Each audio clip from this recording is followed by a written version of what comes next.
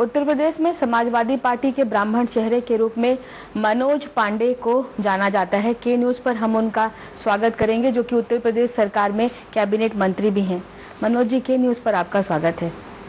जैसा कि मैंने कहा कि आप उत्तर प्रदेश सरकार में या समाजवादी पार्टी में, यूपी में ब्राह्मण चेहरे के रूप में आपकी एक पहचान बन रही है। आपको क्या लगता है कि उत्तर प्रदेश में वाकई ब्राह्मण समाजवादी पार्टी से जुड़ रहे हैं?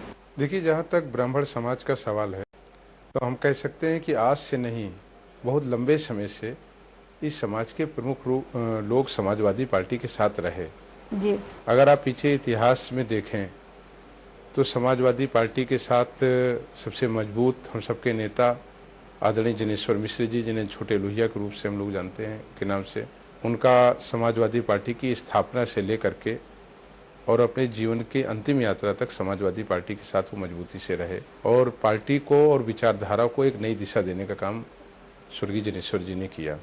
उत्तर प्रदेश में समाजवादी पार्टी के साथ ब्राह्मणों का जुड़ाव कुछ इस तरीके से लगता है जैसे भारतीय जनता पार्टी का मुसलमानों से जुड़ाव। कुछ बात जो है बहुत समझ में नहीं आती।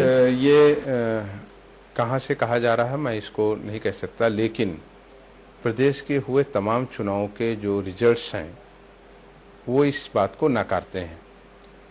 2012 उत्तर प्रदेश में विधानसभा का चुनाव हुआ और इसको हम नहीं, देश की मीडिया ने, प्रख्यात जो पत्रकार हैं उनके द्वारा जो लिखा गया कि प्रदेश की जो 15-16% आबादी है ब्राह्मणों की, प्रदेश में एक बड़ी आबादी है जी, उसका 35 से 40% और कई जिले तो ऐसे हैं जहां 60 से 70 और 80% भी ब्राह्मणों ने समाजवादी पार्टी को वोट दिया।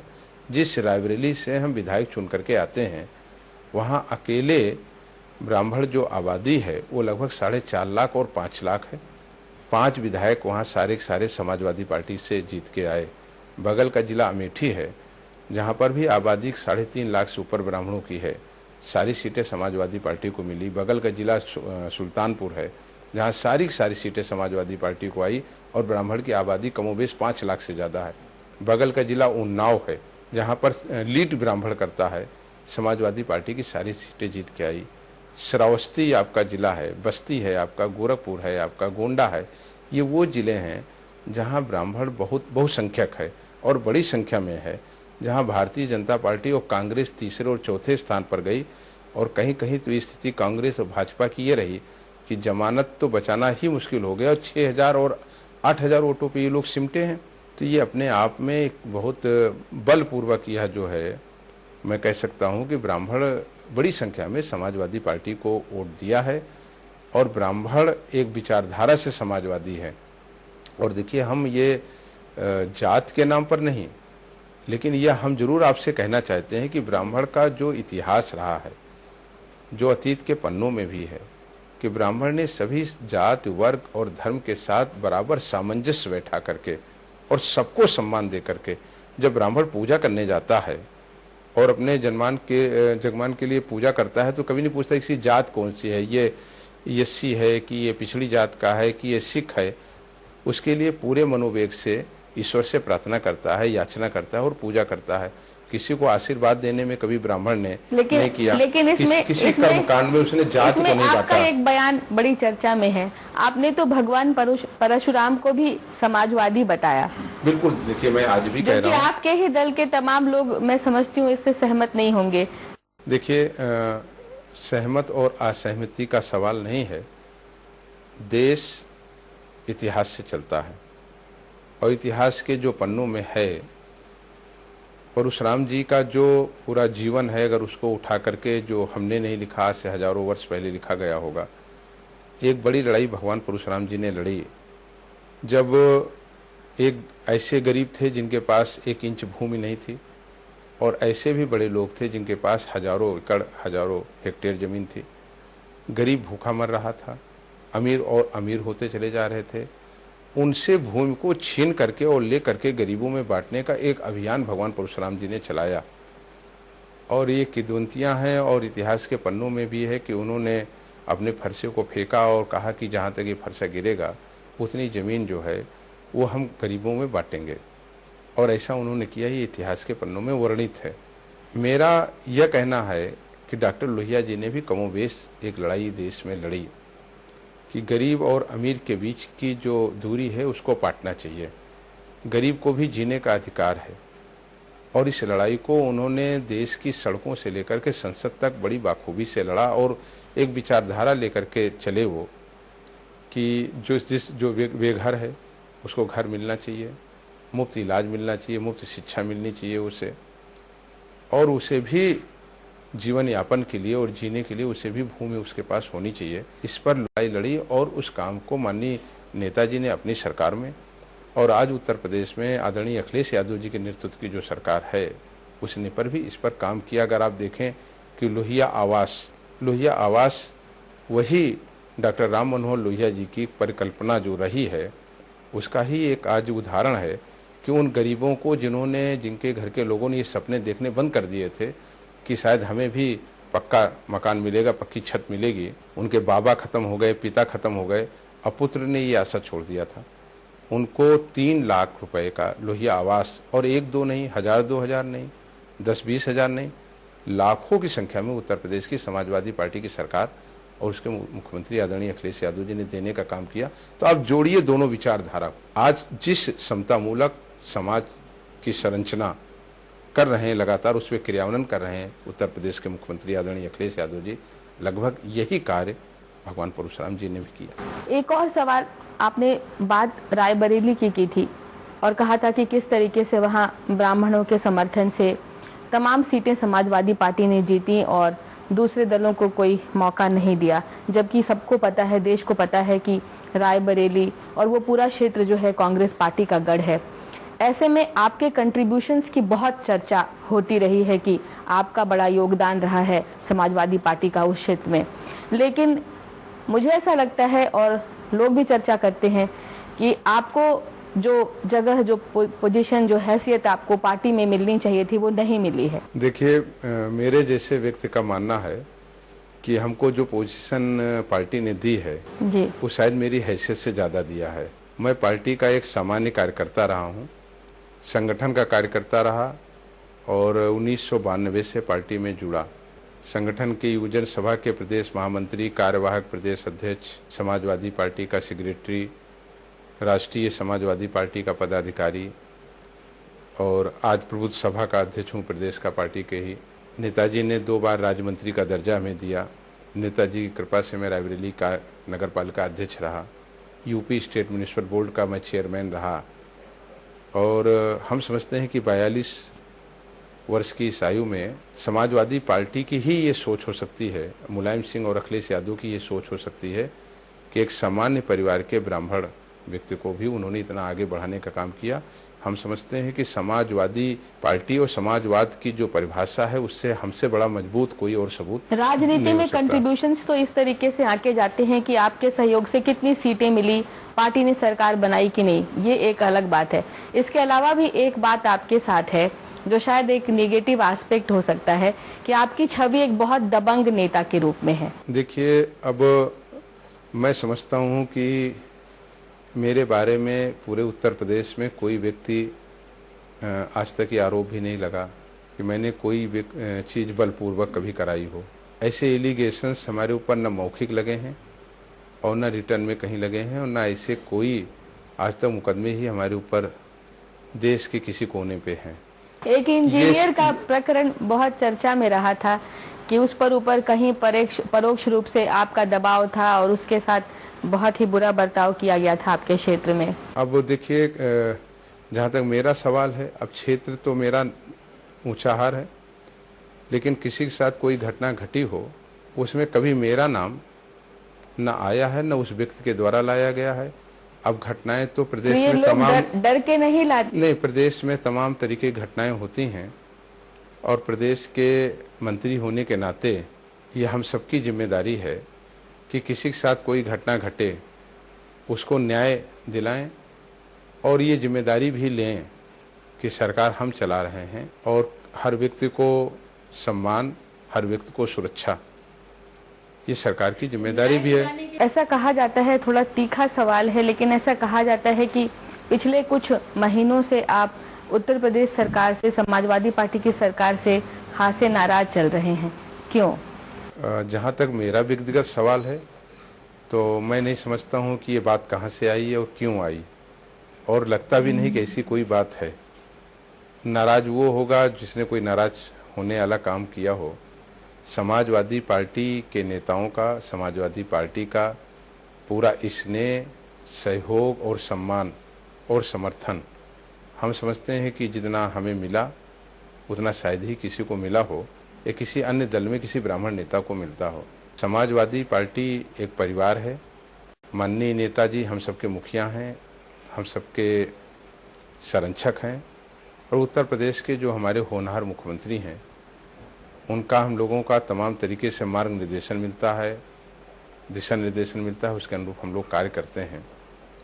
तो हमें लगता है कि इस बात में कोई दम नहीं है, इसका कोई मतलब ही नहीं। साइंस एंड टेक्नोलॉजी मिनिस्टर के रूप में अगर देखें तो उत्तर प्रदेश में क्या कुछ ऐसा नया किया जा सकता है जिससे वाकई जो है युवाओं को इसका ठीक से फायदा पहुंचे? देखिए, आज दुनिया भर के सारे देश वो साइंस और टेक्नोलॉजी के लिए सोच रहे हैं और उस तरफ बढ़ रहे हैं।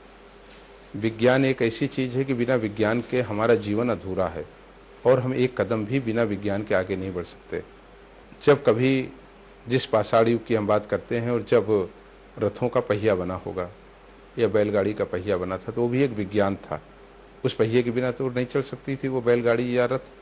और आज जब विज्ञान इतना आगे है कि मनुष्य चंद्रमा पर जा रहा है, मनुष्य ने ऐसी एक विज्ञान ने ही और वैज्ञानिक ने ऐसे अपने शोध और अनुसंधान रिसर्च के द्वारा ऐसी कामयाबी पाई है कि आज तमाम लोग इन कामयाबियों का लाभ जो है उत्तर प्रदेश की जनता को कब मिलेगा? यहाँ कब वैज्ञानिक पैदा होंगे? यहाँ साइंस एंड टेक्नोलॉजी की बात हकीकत में यहाँ कब शुरू होगी?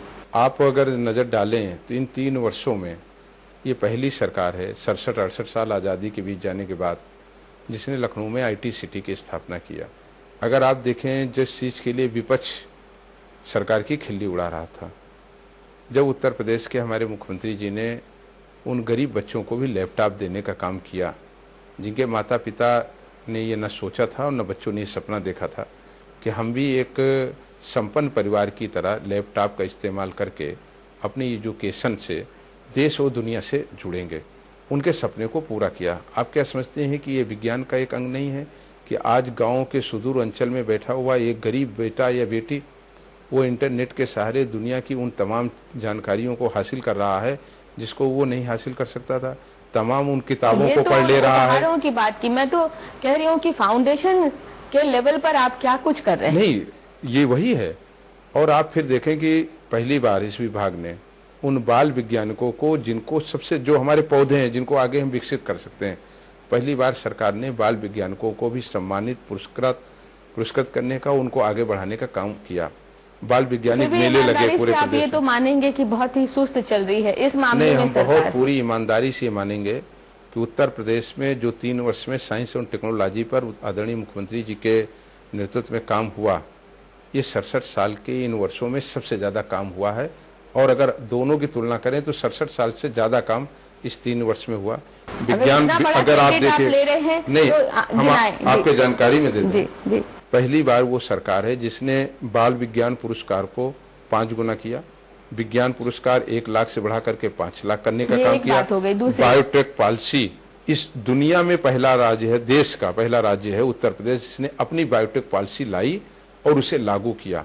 आज देश भर के तमाम राज्य जिनको कि उत्तर प्रदेश में आने का निमंत्रण मिला और उसमें तमाम तरीके की सहूलियत मिली उनको, चाहे वो लाइट पर हो, ऊर्जा के पर हो, चाहे लैंड पर हो, सब पर सब्सिडी देने का काम किया। हम समझते हैं कि देश का गुजरात भी अभी नहीं सोच पाया, जिसकी लोग बहुत आगे की बात करते हैं, उस पर भी जो है साइंस टेक्नोलॉजी ने उत्तर प्रदेश में बायोटेक पॉलिसी लाई कैबिनेट में, और उत्तर प्रदेश की विधानसभा से वो पारित हुआ। और माननीय मुख्यमंत्री जी ने बड़ी उदारता से एक बड़ा बजट भी उसके लिए आवंटित किया।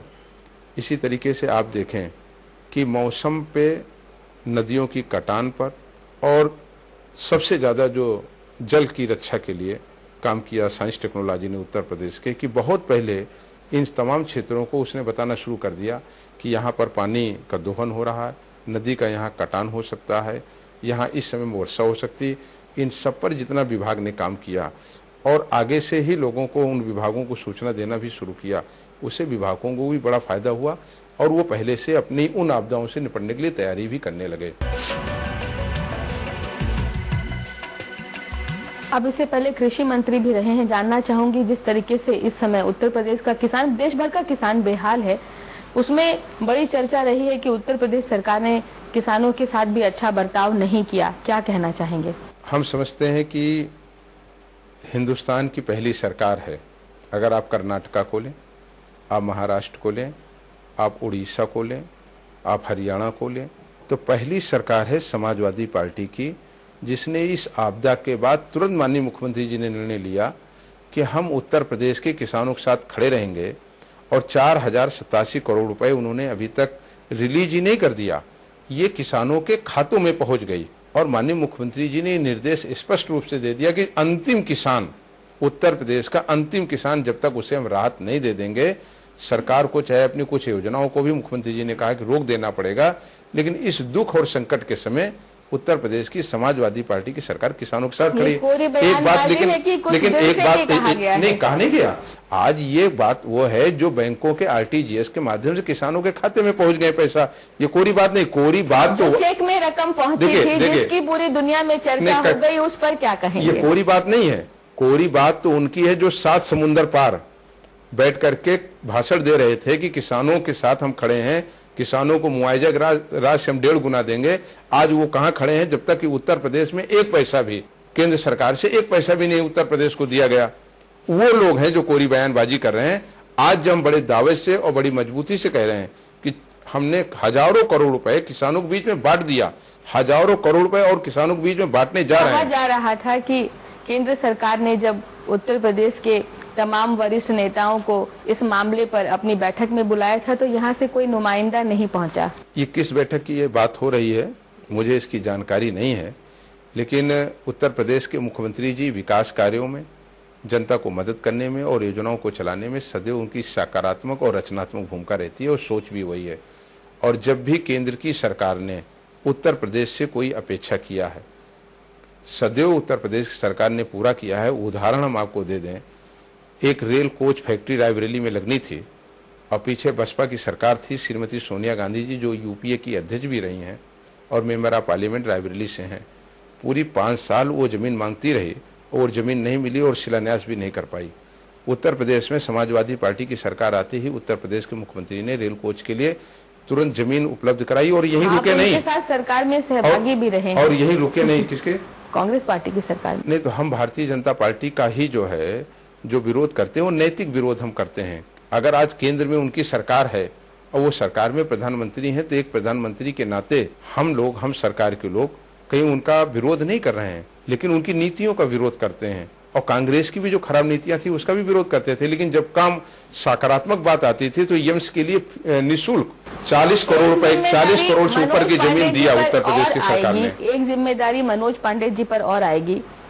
पिछले विधानसभा चुनाव में आपने कांग्रेस को शिकस्त देने में बहुत अहम भूमिका निभाई।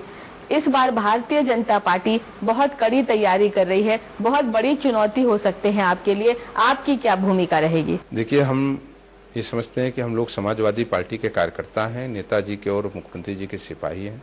और जहां तक भारतीय जनता पार्टी की तैयारी की बात है, उनकी तैयारी वो झूठे वादे, लोगों में अफवाह फैलाना, कहीं पर लव जिहाद की बात करना, कहीं घर वापसी की बात करना, यह देश आज इंतजार कर रहा है मैडम। यहाँ का वो गरीब आदमी जो लंबे समय से जिसे घर नहीं मिला, वो घर जाना चाहता है, अपना घर पाना चाहता है। घर वापसी उसके लिए बड़ी चीज़ नहीं है, उसके लिए घर पाना बड़ी बात है। जो लोग बात कर रहे हैं लव जिहाद की, आज उत्तर प्रदेश नहीं देश इस चीज़ का इंतजार कर रहा है कि वो दिन कब आएगा जब रिश्ते सुधरेंगे और भाई भाई से मिलेगा। यहाँ रिश्तों में खटास डालने वाले लोग, भाई का भाई से कत्ल कराने वाले लोग, लोगों का खून बहा सत्ता की शीर्ष तक पहुंचने वाले लोग, वो कभी वो बहुत दिनों तक सत्ता में नहीं रह सकते। ये वो देश है जहाँ 2 दर्जन से ज्यादा भाषाएं बोली जाती हैं। ये वो देश है जहाँ तमाम विभिन्न धर्म और जात के लोग रहते हैं, जिनको साथ लेकर के चलने की बात की जाती है। और गांधी ने नहीं, गांधी ने यही लड़ाई लड़ी है, लोहिया ने यही लड़ाई लड़ी है। इसके अलावा ऐसी कौन सी बात है, ऐसे कौन से वो मुद्दे हैं जो वाकई आप शुरू करें तो उनके लिए चुनौती साबित हो? देखिए, हमारा ये मानना है और देश में जो लोग राजनीति में हैं उनको भी ये उन्होंने माना भी है और मानना भी चाहिए। हम सब वो लोग हैं जो जनता के विश्वास के बल पर 5 साल के लिए चुन करके आते हैं। हम जनता से वादा करते हैं, जनता बड़ी उदारता से और बड़ी सहिष्णुता से हम पर विश्वास करती है और हमको इस काबिल बनाने का काम करती है कि हम उसकी चौकीदारी कर सकें और जो हमने मंचों पे कहा उसको पूरा करें। लेकिन आज देश की जनता क्यों ठगी महसूस कर रही है? आज की देश की जनता कहती है कि 15 लाख रुपए कब उनके 15 लाख लोगों के खाते में कब पैसा आएगा। देश की जनता आज सोच रही है कि चीन की सीमा जिसको वापस दिलाने की बात कही गई थी, 8 किलोमीटर और चीन अंदर चला आया। वो भाषण कब पूरा होगा जब लोगों ने कहा था कि हम कराची में घुसकर लड़ाई लड़ेंगे और पाकिस्तान ने, ये मैं नहीं कह रहा हूं, इस देश के सीआईएसएफ के डीजीपी ने कहा, बयान दिया कि 1971 के बाद इससे ज्यादा गोलाबारी कभी नहीं हुई जो इस सरकार में हो गई। ये मैं नहीं कह रहा हूं, डीजीपी ने कहा। आज देश का आदमी वो सोच रहा है, वो नौजवान सोच रहा है कि कहा गया था 6 महीने के अंदर नौजवानों को रोजगार, आज वो बेघर जो कह रहा है कि हमको छत देने के लिए कहा था, आखिर कब मिलेगा? आज देश का नागरिक अपने को ठगा महसूस कर रहा है कि कहीं भावनाओं के नाम पर, कहीं हमारी गरीबी के नाम पर और कहीं हमारी दिक्कतों को लेकर के भाषणों के नाम पर जिन लोगों ने आज से 10 महीने पहले ठगा था, आखिर वह दिन कब आएगा जब वो घोषणाएं पूरी होंगी? और लोग तो अब ये कह रहे हैं आप तो उन्हें ठग करार दे रहे हैं, लेकिन मैं समझती हूँ कि उत्तर प्रदेश की जनता ये भी देख रही है कि समाजवादी पार्टी की सरकार में कितने ऐसे नेता हैं जो भ्रष्टाचार में लिप्त हैं, तमाम आरोप लगते हैं। अगर नेताओं की बात दरकिनार भी कर दें तो व्यवस्था में जो दिक्कतें हैं, जब भी कहीं यहाँ पर कोई कहीं सरकारी नौकरी का आवेदन करता है या कुछ एग्जामिनेशन टेस्ट, एंट्रेंस टेस्ट या कुछ ऐसी चीजें होती हैं तो उसमें भ्रष्टाचार एक भी आरोप 3 वर्ष में समाजवादी पार्टी की सरकार की किसी नौकरी में नहीं लगा। एक व्यक्ति भी आज उत्तर प्रदेश में खड़ा होकर के नहीं कह पाया, आज तक नहीं कह पाया, मीडिया में भी नहीं कह पाया कि हमसे पैसा मांगा गया और पैसे के बल पर हमें नौकरी मिली। आप देख लीजिए, आगरा वे एक्सप्रेस, हजारों एकड़ जमीन उत्तर प्रदेश के किसानों ने खुशी से दी। एक किसान ने भी आरोप नहीं लगाया और एक किसान ने भी मना नहीं किया कि हमारे साथ कोई शोषण हुआ, अत्याचार हुआ। समाजवादी पेंशन 41-45 लाख लोगों को बढ़ गई, एक आरोप नहीं लगे। लाखों की संख्या में लोगों को लैपटॉप बटा, एक आरोप नहीं लगा कि हमने कोई भेदभाव करके दिया। इसी तरह लोहिया गांव और जनेश्वर समग्र गांव में जो काम हुआ, एक भी आरोप आज तक नहीं लगा समाजवादी पार्टी के ऊपर। और सबसे महत्वपूर्ण बात कह रहे हैं कि जो आपके सामने आना जरूरी है मीडिया में, कि देश की वो पहली पार्टी है, पहली पार्टी, ये मैं नहीं कह रहा हूं, ये आंकड़े कह रहे हैं और ये मीडिया कह रही है कि पहली पार्टी है जिसने जो अपने घोषणा पत्र में कह करके आई थी चुनाव में, उसमें आज 95% उत्तर प्रदेश के मुख्यमंत्री ने पूरा किया। हम लोगों से ये प्रश्न करना चाहते हैं कि 108, 102 एम्बुलेंस जो काल जाती है, वो जात नहीं पूछती, धर्म नहीं पूछती, पार्टी नहीं पूछती, उस प्रसूता बहन को ले जा करके अस्पताल पहुंचाने का काम करती है, उस बीमार व्यक्ति को अस्पताल ले जाने का काम करती है। वो नहीं पूछती कि जात कौन सी है, पार्टी कौन सी है। मान लिया, 1 मिनट के लिए मान लिया कि आपने कहा कोई आरोप नहीं लगा, हालांकि तमाम फेहरिस्त होगी, सब निकाला जाएगा तो आपके सामने प्रस्तुत होगा, लेकिन 1 मिनट के लिए मान लिया कि कोई आरोप आपकी सरकार पर नहीं लगा। फिर भी परसेप्शन की बात करें तो पूरे देश में, दुनिया में ये बात जाती है कि उत्तर प्रदेश की सरकार में बहुत भ्रष्टाचार है, यहाँ विकास नहीं हो रहा है, यहाँ बेरोजगारों की तादाद वैसी ही है। ये सब परसेप्शन आखिर क्यों बिल्डअप होता है? कहीं न कहीं कोई सच्चाई है जिसकी वजह से ये एक सुनियोजित साजिश हो सकती है, लेकिन अगर आज इस पर विचार करें और वो लोग विचार करें जो लोग खुद कुर्सियों पर बहुत दिनों तक बैठे रहे, तो आज पीठ पीछे वो भी मान रहे हैं कि उत्तर प्रदेश के मुख्यमंत्री ने, चाहे आईटी का क्षेत्र रहा हो, चाहे सड़कों का क्षेत्र रहा हो, चाहे एजुकेशन का क्षेत्र रहा हो, और चाहे उनको चिकित्सा देने का रहा हो, उपचार देने का, जितना बेहतर काम किया। मेदांता लखनऊ में आ रहा है, आईटी सिटी लखनऊ में बन रही है। आज दिल्ली से लखनऊ का सफर कम हो गया, बलिया से लखनऊ और दिल्ली का सफर कम करने की तैयारी चल रही है। लखनऊ मेट्रो बन रही है। हम समझते हैं उन विकासशील देशों को देखिए, और राज्यों की बात जो लोग करते थे, आज तक गुजरात में तो मेट्रो नहीं बन पाई। आज हमारे उत्तर प्रदेश के मुख्यमंत्री लखनऊ में मेट्रो बनवा ही नहीं रहे हैं, बहुत तेजी से काम चल रहा है। आगरा और कानपुर प्रस्तावित है, नोएडा में काम चल रहा है हमारा, गाजियाबाद में काम शुरू हो गया। आखिर ये वही सारे काम हैं जो प्रदेश को आगे ले जाने का काम कर रहे हैं। अब रोजगार की दिशा में देख लें, इतिहास से उत्तर प्रदेश का 72,000 शिक्षकों को किसी सरकार ने एक साथ सरकारी नौकरी देने का काम नहीं किया, कोई भ्रष्टाचार नहीं। शिक्षकों के स्थानांतरण को देख लीजिए, एक जनपद से दूसरे जनपद या उनको उस जनपद में लाने का ऑनलाइन किया गया शिक्षा विभाग से, 1 रुपए का भ्रष्टाचार का नहीं लगा, कहीं पर कोई आरोप नहीं लगा।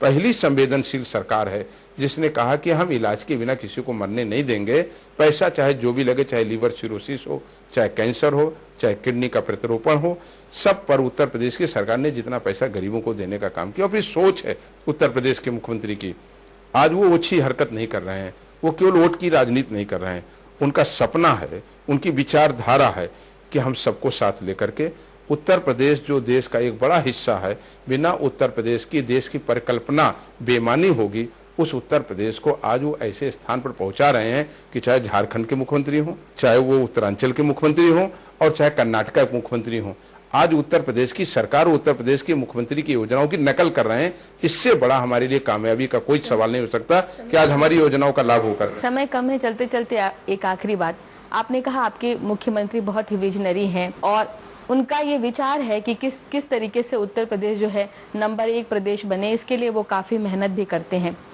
लेकिन उसके साथ साथ वो क्या कुछ ऐसा करें कि मनोज पांडे जी भी सरकार से, समाजवादियों से संतुष्ट रहें। देखिए, हमारे लिए तो हमको लगता है, मैंने पहले भी कहा कि जितना माननीय मुख्यमंत्री जी ने किया है जी, हमारे जैसे एक कार्यकर्ता के लिए इससे बड़ी सम्मान और प्रतिष्ठा का कोई दूसरा दिन नहीं हो सकता। और राजनीति में बहुत सारे ऐसे हमसे भी वरिष्ठ, हमसे भी योग्य और हमसे भी ज्यादा कर्मठशील नेता हैं और वो यहाँ तक नहीं पहुंचे। ये मुख्यमंत्री जी की और हम अपने पार्टी के राष्ट्रीय अध्यक्ष जी की कृपा ही मानेंगे कि हमारे जैसे एक सामान्य कार्यकर्ता को भी यहाँ तक काम करने का अवसर प्रदान किया। और हम एक जन्म नहीं कई जन्म भी लें तो शायद जो उन्होंने उपकार और जो सम्मान हमें दिया है इसे हम नहीं उतार सकते। चलिए, बहुत शुक्रिया आपका के न्यूज़ पर बात करने के लिए, हमें इतना समय देने के लिए बहुत शुक्रिया। धन्यवाद।